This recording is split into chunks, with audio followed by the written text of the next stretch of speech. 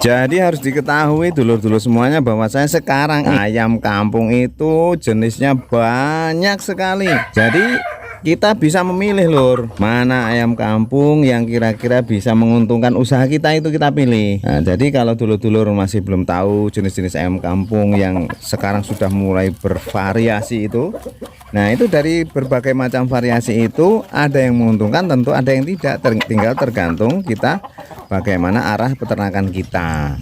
Biasanya orang-orang yang mengatakan bahwasanya memelihara ayam kampung itu nggak akan mendapatkan untung itu ya orang-orang yang kurang mengetahui perkembangan varietas jenis ayam kampung terbaru yang sudah berkembang luas saat ini.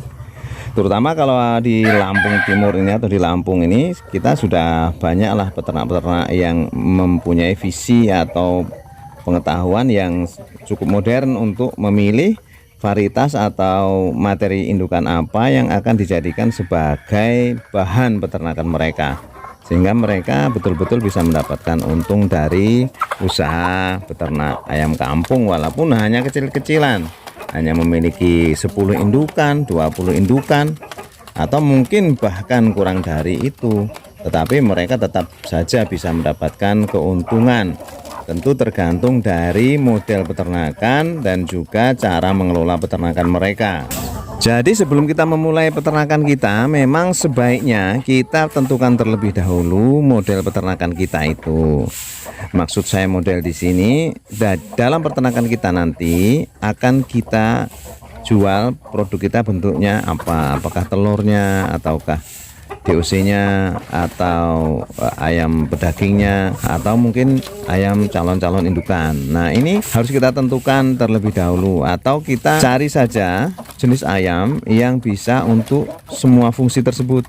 Bisa untuk diambil telurnya, bisa untuk diambil DOC-nya sebagai pembesaran atau pedaging nanti calon ayam pedaging, juga bisa dijadikan sebagai pencetak-pencetak calon-calon indukan. Nah, ini kalau ada ayam yang multifungsi seperti ini tentu lebih baik dan prospeknya akan lebih cerah.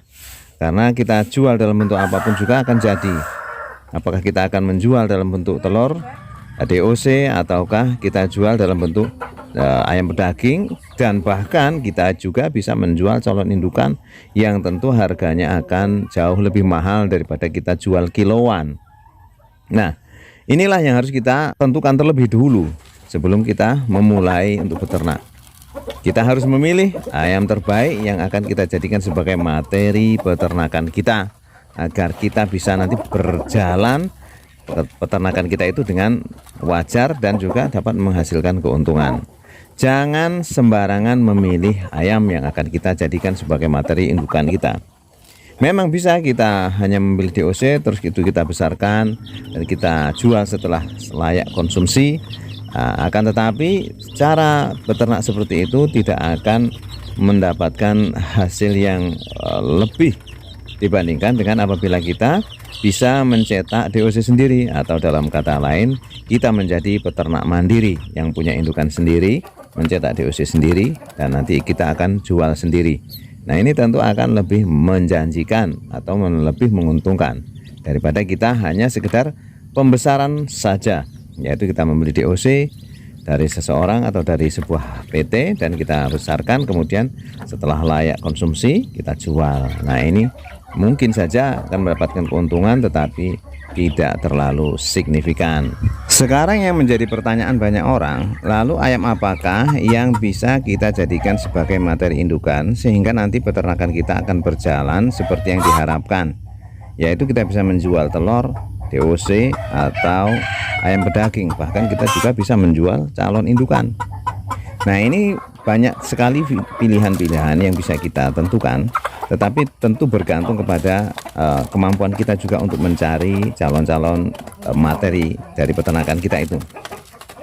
Tetapi ada beberapa ayam yang memang saya sudah mempraktekannya sendiri, yang saya alami sendiri. Sebagai contoh saja ini ya, saya tidak memuji atau saya tidak meninggi-ninggikan salah satu jenis ayam dan tidak juga menjatuhkan jenis ayam yang lain. Tetapi ini hanya sebagai gambaran saja peternakan kami yang sudah berjalan ini dan kami sudah merasakan hasilnya. Yaitu yang pertama yang bisa dijadikan sebagai materi indukan adalah ayam KUB. Tentu ayam KUB ini tidak semua ayam KUB bisa dijadikan indukan, karena banyak juga sedulur-sedulur peternak yang mengalami kekecewaan setelah menjadikan ayam KUB sebagai indukan. Nah, lalu ayam KUB yang seperti apa yang bisa dijadikan indukan? Nah, ini sulit untuk dijawab. Kenapa? Karena ini harus dibuktikan dengan yang sudah memeliharanya. Jadi kita cari ayam KUB yang memang bisa dijadikan indukan itu dari orang yang memelihara. Nah, jadi dari orang yang memelihara ayam KUB dan memang terbukti telurnya banyak dan juga bisa menetas dengan baik. Nah, itu kemungkinan besar nanti anakannya akan bisa dijadikan sebagai indukan juga.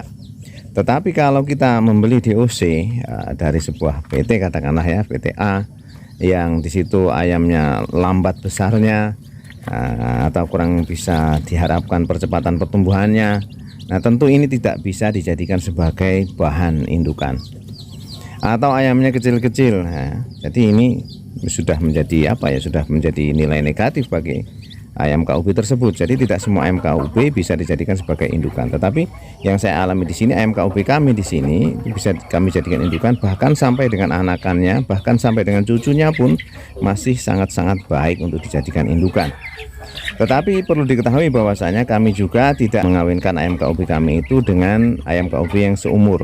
Tentu harus ya sebaiknya ini ya, sebaiknya dengan ayam KUB yang lebih tua umurnya untuk pejantannya. Atau kita juga di sini saya praktekkan di dalam peternakan kami ini, kami menyilangkan ayam KUB kami dengan ayam layar modif, pejantan layar modif yang cukup besar ya. Walaupun pejantan layar modif ini juga FS ya, final stock. Saya sudah buktikan bahwa saya pejantan layar modif final stock sangat baik untuk dijadikan pejantan. Dan anakannya sudah banyak dipelihara oleh teman-teman yang lain. Dan sudah terbukti bahwa anakannya juga masih sangat baik dan pertumbuhan percepatannya baik, bodinya juga baik, kesehatannya dan daya tahan tubuhnya sangat baik. Atau di sini juga kami menyilangkan ayam KUB satu kami dengan pejantan Lingnan. Nah, ini bisa dilihat juga hasilnya ternyata masih sangat baik sekali. Saya tidak tahu Lingnan ini keturunan dari apa, ataukah masih murni atau tidak. Yang jelas ini katanya Lingnan kata orang. Saya percaya saja seperti itu. Yang jelas badannya besar ya, dan sudah cukup usianya untuk menjadi pejantan. Ini bisa kita jadikan sebagai pacek ayam KUB kita yang punya telur banyak dan punya badan besar. Nah, jadi sarannya memang dua itu ya. Jadi badannya besar, telurnya banyak, itu sudah cukup. Nah, lalu yang kedua yang kami pelihara di sini adalah ayam KUB 2. Ayam KUB 2 ini, nah ini contohnya ayam KUB 2 kami di sini tidak banyak, ini hanya ada 10 ekor indukan. Nah, KUB 2 ini kami beri pejantan dengan KUB 1 dan juga kami berikan pejantan dengan KUB 2. Jadi pejantannya tetap KUB dan hasilnya anakannya juga alhamdulillah ini seperti yang sudah saya pelihara di sini. Umur 35 hari ini seperti ini keadaannya. Bobotnya antara 3,6 sampai dengan 4,8. Jadi masih di bawah 5 ons lah untuk usia 35 hari, tetapi cukup lumayan. Ini tidak terlalu menghabiskan pakan yang banyak. Kami menggunakan murni pur 611 sampai dengan usia hari ini. Kita coba dengan full pur, bagaimana nanti hasilnya, apakah menguntungkan atau tidak.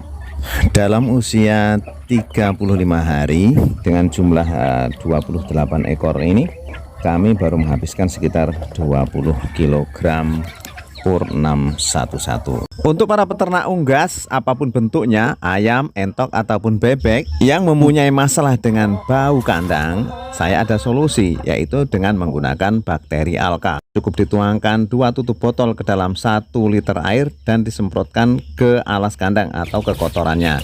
Maka insya Allah dalam waktu beberapa menit bau kandang akan segera hilang karena terurai oleh bakteri alka. Dan bakteri ini aman bagi ayam ataupun unggas lainnya.